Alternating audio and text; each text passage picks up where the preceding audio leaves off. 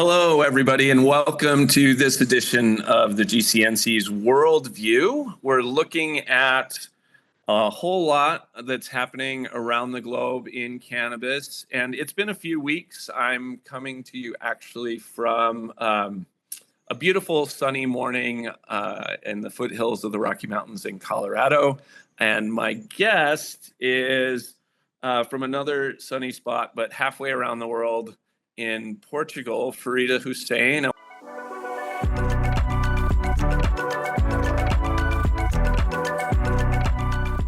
want to welcome you to the podcast. Thanks so much for joining us today. Thank you so much for having me. And I could see the view behind you is beautiful. I mean, lucky you. Yeah, it's nice. We're not heating up quite as fast as you are in your part of the world just yet. So I've got the birds chirping in the background, and it's all very idyllic at the moment here. So, Farida, you are the international sales manager for Europe for Pipp Horticulture, but you and I originally met through your independent consulting work in Europe for cannabis. You've had a long history in the industry. Why don't you, we'll start out by just having you tell folks a little bit about your background, how you in cannabis, and then we'll get into Pipp and what's going on in Europe and Thailand and everything else. But cool. It's been like six and a half years, I'd say, that I've been in the industry now, which I feel like now I can use the title OG. I've earned it, damn it. It all depends on which part of the world you're in, how people use that. Yeah, that's true. Yes, because you speak to people in North America and they're like, "Oh, I've been in the industry for 25 years," and you're like, "Damn." Yeah. But yeah, no, in Europe, I mean, it's tricky, and you can tell. Okay, for those of you who don't know, I'm Canadian. I'm born and raised in Canada, but I've been living abroad for 10 years now. And so when I was living in Spain, I was looking for a job. I went through my entrepreneur phase, and then I realized, okay, I'm looking for something else, something interesting, something new. And I kind of stumbled into this industry, and honestly, best thing ever. Just seeing it evolve and how it's been just shifting and moving and growing is fantastic. And I love that I'm still a part of it. And I survived through all the pandemics and everything that happened. Yeah. So it's quite the feat. Yeah. Yeah, no, it's great. And, I think when we look at recent European history in cannabis, in particular, I mean, like everywhere, there's deep roots in the cannabis space. Yeah. But really the largest movements have happened certainly within that window, and really in the last 3 years, I would say. Post-pandemic, there's been a significant amount of movement, and we'll touch on it because it's almost obligatory to mention Germany and the recent moves there. But I also think having a broader view of the EU market is pretty important. You recently came on with Pipp. How long have you been with them now? With Pipp, I joined in November. Okay. Yeah. And my observation, and correct me if I'm wrong, is that, we have a well-established horticulture company. It's been around for 40 plus years, looking particularly at vertical farming, I think. And I wanted to know, like, why do you think now is the time that they're really looking at moving into the cannabis market, and specifically in Europe? So here's what's interesting is I know before they got me on board, they were working with a few other consultants. And Pipp, again, just a quick history, they've been in the racking industry for decades, and the horticulture has been 7 years. So when they started getting a demand from the retail side, for horticulture, that's when Pipp Horticulture started. So, but yeah, so they've done over 4,500 rooms in North America, and of course, everybody's got their eye on Europe, and actually, this was kind of more of a, let's assess the viability and the opportunities for Pipp Horticulture. Let's see how it is. Maybe we need to just start, tapping into the European market. Let's get, someone on board who's there. And it made complete sense. But frankly speaking, since the moment I signed the contract, it's been a whirlwind. I mean, I knew there was a market here. I knew there would be interest, and I believe in the product because I see it as a solution. But I also myself wasn't expecting the response and feedback that we've been getting, and it's been incredible. So I feel that's a good reflection of where the market is going. Yeah. Yeah, I know, just looking at the Global Cannabis Network Collective and our members around the world, just in the last 2 years in particular, and certainly in the last 12 months, even more so, we have definitely started to see this uptick in conversations between North America and Europe, and sort of the more globalization that I think we all thought was inevitable at some point, especially in the ancillary services of the industry. And you see, I think it took a few years, because when I started, it was a little bit before Canada went legal recreationally. And we've seen so much happen since that time. Just from the beginning of that, the first few years, so many companies have come and gone.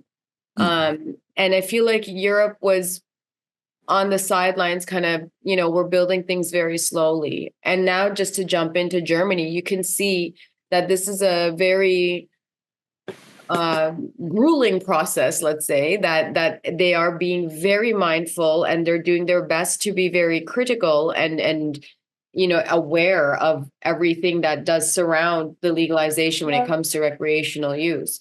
Which a lot of when you look at some of the states and you look at Canada itself, they really didn't put that much attention into things, and a lot of things had to be retracted. And, so it's a funny way of seeing things, but at the same time, I mean, a lot of companies in Europe haven't seemed to have learned from North America either. So I feel like you can already see some things that are lining up in a bad way. It's like, good luck with that.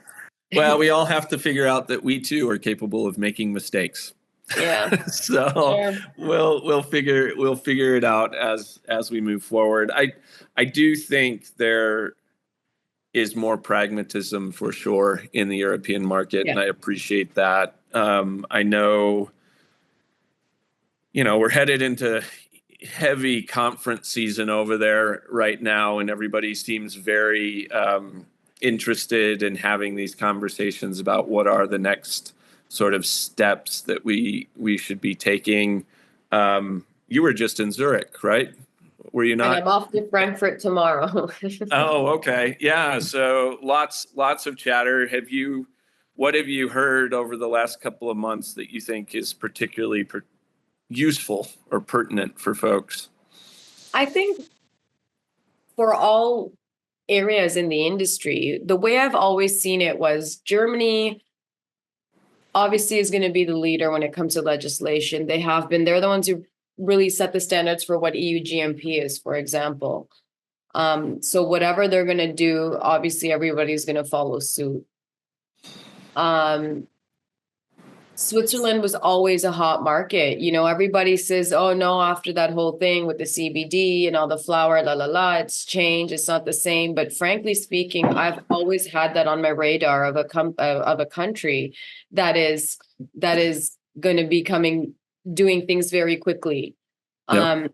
And so I see that now. And then in respect to vertical racking, what does this mean? Obviously, people are more interested in cultivation. And if they're interested in cultivation, chances are they're selling flower, right? Yeah. So we start to see this more and more. And, when I started in November, I remember saying to Curtis that, Switzerland and Germany are definitely our prime targets if we're going to try to get our foot in the door in Europe. Yeah, I know, looking at Switzerland in particular, they've been good with their pilot programs.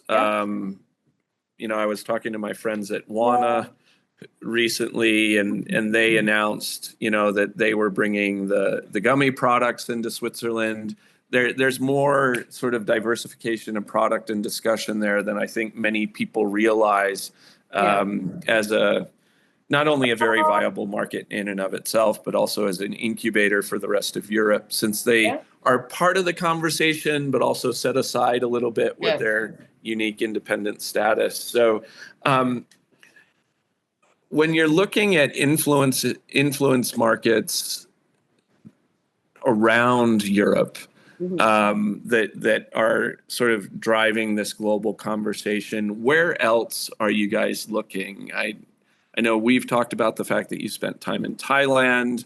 I'm seeing a lot of conversation coming out of North Africa at the moment as well. So I feel like all these different machinations that are happening are continuing to affect European and North American markets. But what are you looking at, like in Thailand or anywhere else? For us, and this is what's funny, because a lot of the leads that we get come from the website. So we have a really cool feature, just to throw this in, but it's a room generator. So if you have your room dimensions, you can actually map out your room and see it in a 3D way. So that attracts a lot of interest, obviously, for anybody who's curious as to the concept they have in mind. That being said, a lot of the leads that we get from this come from South Africa, and a lot were coming from Thailand. And so it turned into this thing, like, there was, at the time, it was end of February, there was a conference that happens there. And that was happening. So it was like, we have like 20 leads from Thailand within like a 3-week window. This conference is coming up. Let's go check it out. So a few of us from the team went down. And the point is that we were there for 2 weeks, and in 2 weeks, we achieved so much. It was insane. I didn't see an elephant. I didn't go to a temple. I didn't even get a massage, but I saw so many facilities. And the thing is that, a lot of the pushback I was getting from European friends here was, why are you going to Thailand? It's not a wealthy market. They don't have money. The facilities are poor. They were so wrong. They were so wrong. I mean, of course, that's like the case anywhere, that there's always a shitty facility, and then there's always the super ones, and then there's the ones in the middle. So, but it's all there. There's a whole world. I mean, now the problem is, obviously, every project that we've started is on hold because the government has decided to put it back as exotic. So we'll see what happens with that.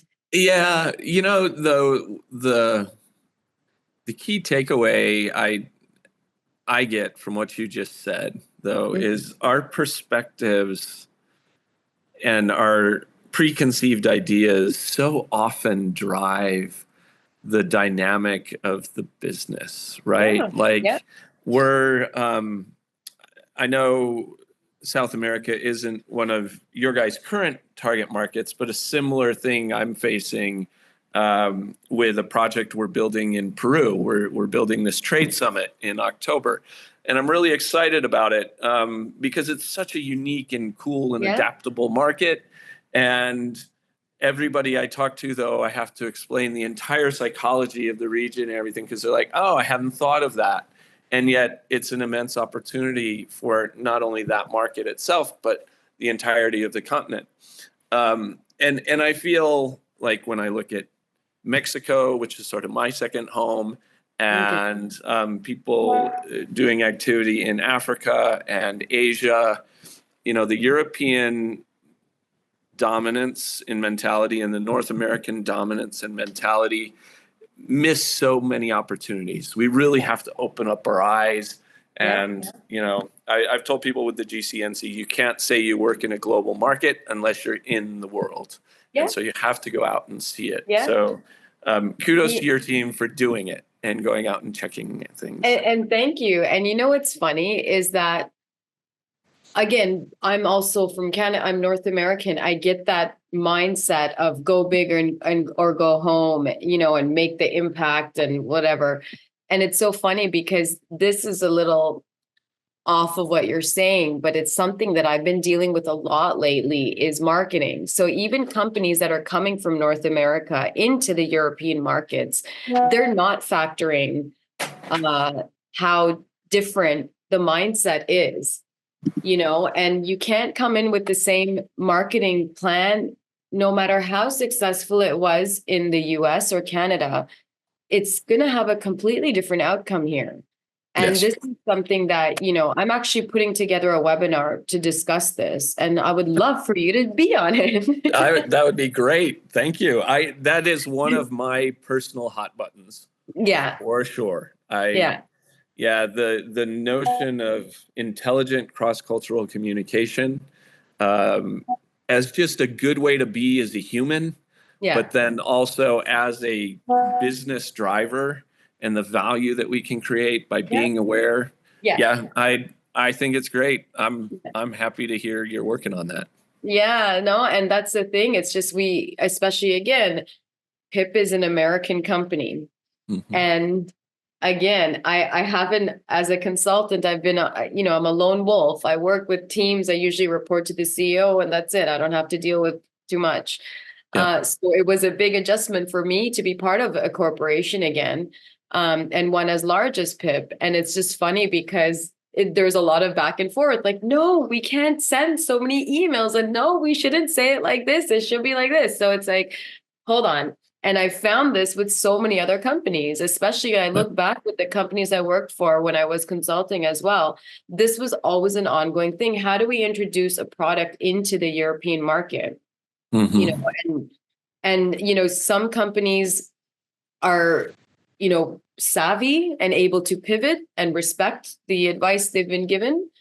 Mm-hmm. And then some are like, you know what, it worked here, it's fine, and Right. okay. Well, yeah, there's entire, shifting a little bit out of the cannabis space into other models, right? There are very few companies ever that have been able to market effectively using the same approach around the world. I mean, I think you could argue that Dell Computer at one point had a pretty good case study on how they adapted their global philosophy to not pivot too much. But even there, they still had to adapt, color, profile, language, of course, along with other things.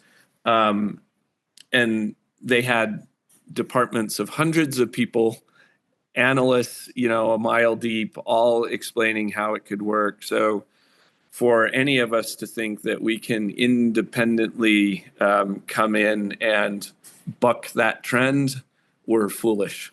So adaptability and change and understanding the culture and how it's used is important. Like my favorite example is McDonald's. And it's such a great example because it's a very successful company. And you can see in each country, they do market things very differently. Yes. And they adjust their menu accordingly to which country they're in and what is more desirable as an ingredient. Yep. You're in Italy, you'll get pesto on your burger, Yeah. right? Yes. In Spain, you'll get jamon, Yes. and in Portugal, they love mushrooms and truffle flavors. So you get these different things. When I'm in Canada and I see McDonald's, different menus still, there's always a standard options, the Right. what you expect. And then there's something that's catering to the audience that's there. And that's, to me, that's always my go-to example. Like, we have to think like McDonald's. We need to be able to say, this is what we do, this is what we have, this is who we are. And then you have to go into, who are you and what can I give you that I know you're going to like? What are you comfortable with? What are you familiar? What's familiar to you? So it goes both ways. So it's just, yeah. I had this discussion the other day with some cultivators about who has the best weed, right? That was their discussion. Who has the best cannabis in the world? And I don't play that game for anybody in the audience. I never do, because you will find that everybody is fairly certain that they have the best cannabis. And for them, they're often right, because that is, what really matters is what is in the medicinal markets, what is treating the patients, what is providing the solutions, what is able to get through. And for that market, that is the best cannabis, right? Yeah. And in other places where you're dealing with recreational audiences, early stage descriptors will always have to do with who has the highest THC percentage. And then very quickly, as people learn about the differences in cannabis strains, all of a sudden the definition changes. So for me, in terms of cultural adaptation and brands and how you market and all of that, that all begins to affect how people respond. Being in the horticulture space with Pipp and talking to cultivators all around, I am curious how you adapt your marketing to that kind of conversation. How is it that it shifts, say, in Europe versus North America versus Thailand when you're talking about the rooms and the layouts and what the production is? Do your top 3 bullet points on how you sell change, or are the 3 fairly consistent? In this sense, it's fairly consistent because the objective is always the same, right? For the cultivator.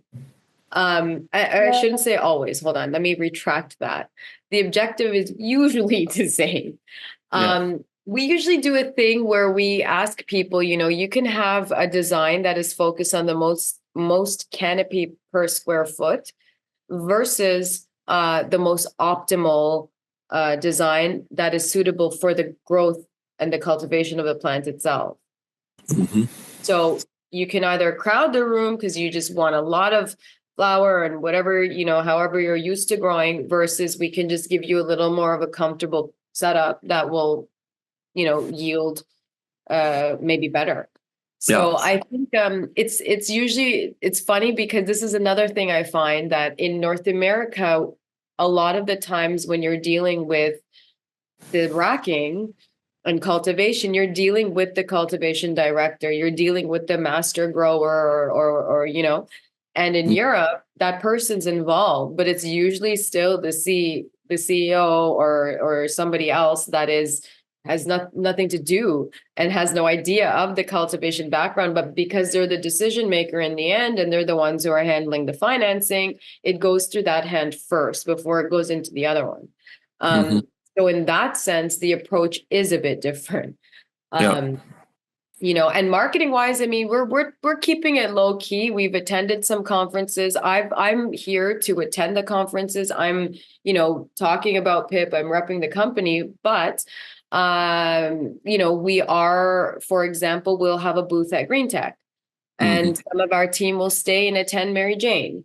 We had a booth at ICBC. So, we're not exhibiting everywhere, but we want to be present. So we'll be at CB Club, we'll be at CB Expo. And so it's not about pushing it into everybody's face that we're here and this hard takeover, it's more like we're here and you should know our faces more. You should know who to come to if you have any questions or concerns. So it's more of a comfortable, hi, this is who we are. Yeah. I like the Green Tech show in Amsterdam quite a lot. I've never been. I'm excited. For cannabis companies. And the reason is because it's not a cannabis show. For people in the audience who haven't seen it, wouldn't know, it's a great horticulture show in general in Amsterdam.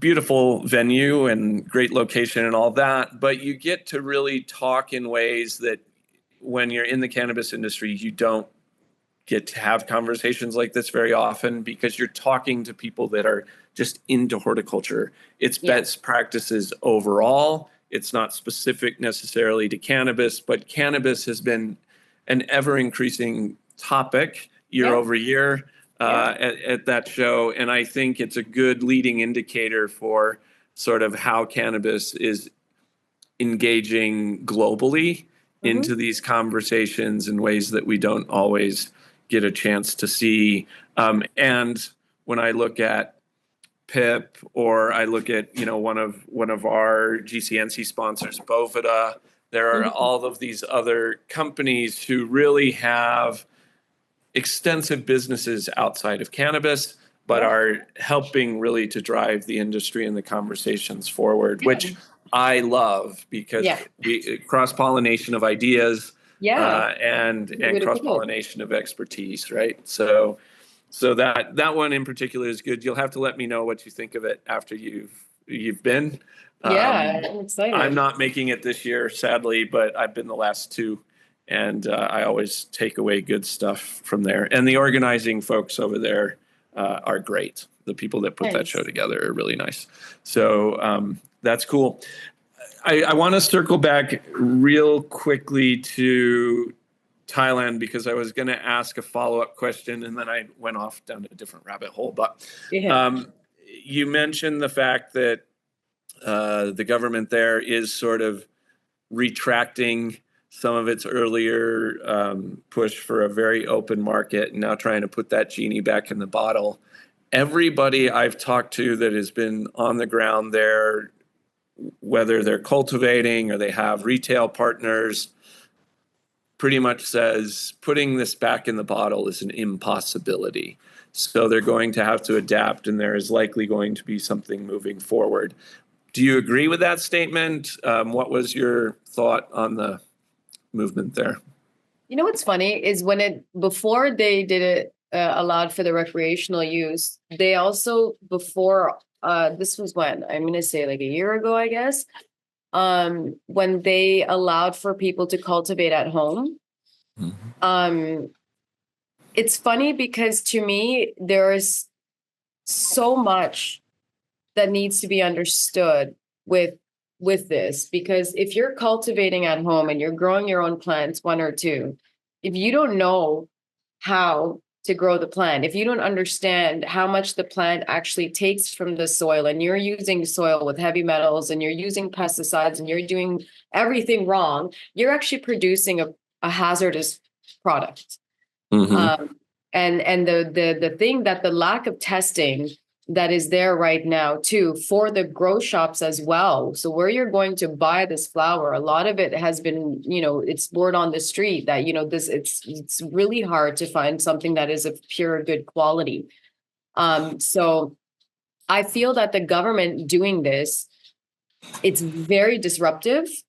But as we've already seen, it is a very disruptive government. We're going to allow you to grow plants. Oh, no, now you're not allowed to grow plants. We're giving you free plants. Oh, wait, we're taking them back and we're destroying them. Oh, now we're going to go recreational. Oh, no, you know what? We're not anymore. So it's this funny way of to me, I think they're cleaning it up, though. In a strange way, I think it's going to really clean up a lot of the mess and clutter that always does happen anytime something happens that's exciting in any industry. And so I think it's actually going to get better. I hope so. Because a lot of the clients, again, I saw so many facilities and some were just a shit show, for lack of a better word. It was just moldy flour or just weird stuff. And you're just like, what are you doing? And then some were spectacular.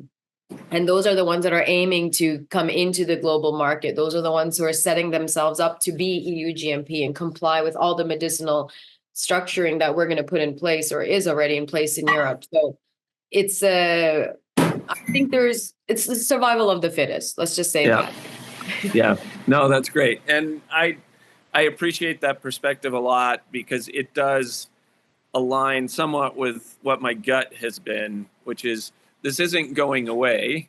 It is changing and will continue to change because it always does. I mean, someday, many years from now, which I may not live to see because I think it's many, many years from now, the chaos will moderate. We'll be looking at commoditized things and, structured markets and all that. But in the meantime, we all get to enjoy watching versions of insanity that somehow settle into manageable marketplaces with commerce happening. So but look at the Swiss market versus the German market with how they're going and going about things, right?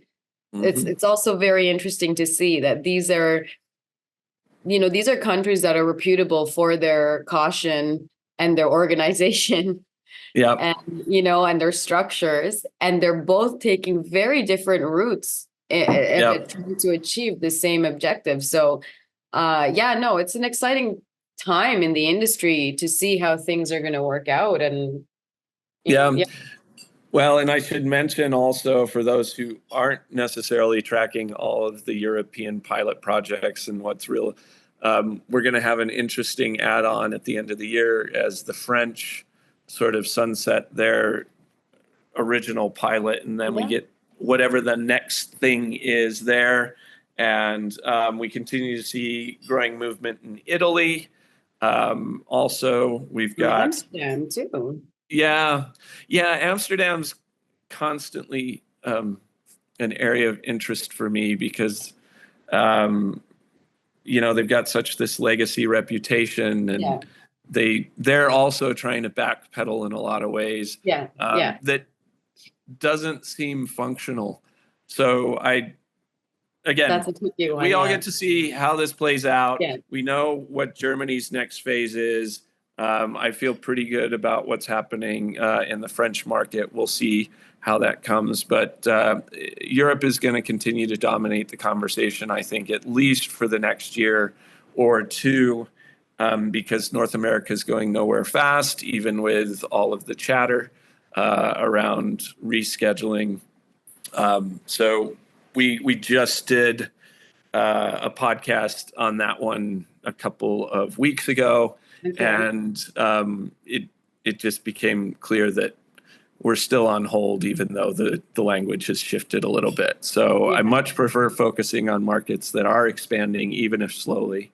Yeah. And Like look at Australia too. Great. yeah, oh, they're all, Australia, New yes, it's Zealand, so yeah. much fun, right? We could keep tossing them out, and it would be great. But before we close out, one, I want you to toss out the web address for Pipp, because I want to go play around with this neat tool you have that you Yeah. mentioned earlier. And also, just sort of what you see as sort of your immediate next steps as you look to expand a company into the European market. What are those things that are really top of mind for you? Well, the website is www.pipp with PIPP, two P's, horticulture.com. And you'll see we have a great team. We have these guys that have, decades of experience with cultivation, and they have a lot of webinars. So there's a lot of information on the website. It's actually a great tool for anything. What's like on my personal list? Yep, that's right. I think it's just this surviving June because like I said, I'm off to Frankfurt tomorrow morning, and for some stupid reason, I chose a flight that leaves at 6 a.m. So that's already a problem for me. I'm already dreading that. You'll make it. And then, the June is just crazy. So there's Frankfurt, then there's Amsterdam, there's Berlin. Berlin has the 2 conferences with the CB Club, and then Mary Jane, and then there's London. But then that's it. I think I get through this. The main focus for me with Pipp, so aside from the conferences and all that, is that we're really focused on building a strong foundation here, and especially after the few months and the potential we've seen. We're looking to acquire steel manufacturers. We want to manufacture out of Europe to meet the demands that we're foreseeing. So Nice. There's a lot on my plate when it comes to that too. Yeah. So logistics, freight, warehousing, all that jazz is also something I'm looking at. But yeah, no, it's exciting. It's very exciting because I feel right now, again, we're assessing the market. Some things are moving quicker than we expected. But I'm really excited for next year because then we're really going to be here, and it's not just me, it's going to be a team. So I'm really looking forward to all of that. Well, I'll be looking forward to watching that runway and take off into the European market more. And for those listening, if you're heading to any of those conferences that Farida was just mentioning, my GCNC co-founder Jill Reddish is going to be at most of them as well. I can't wait to see her too. Yeah. I was talking to her this morning. She landed in Zurich actually a few hours ago. So, nice. we're all focused on Europe for the next couple of months, and I really appreciate your time coming Thank on, chatting with us. It's always good to see you, even when it's just via computer. And so thanks everybody for listening into The World View. If you haven't subscribed, do that thing where you actually subscribe to it and share it out. We're always looking for great companies and ideas and topics for it. So feel free to send those in. Thanks everybody so much. Until next time. you so much.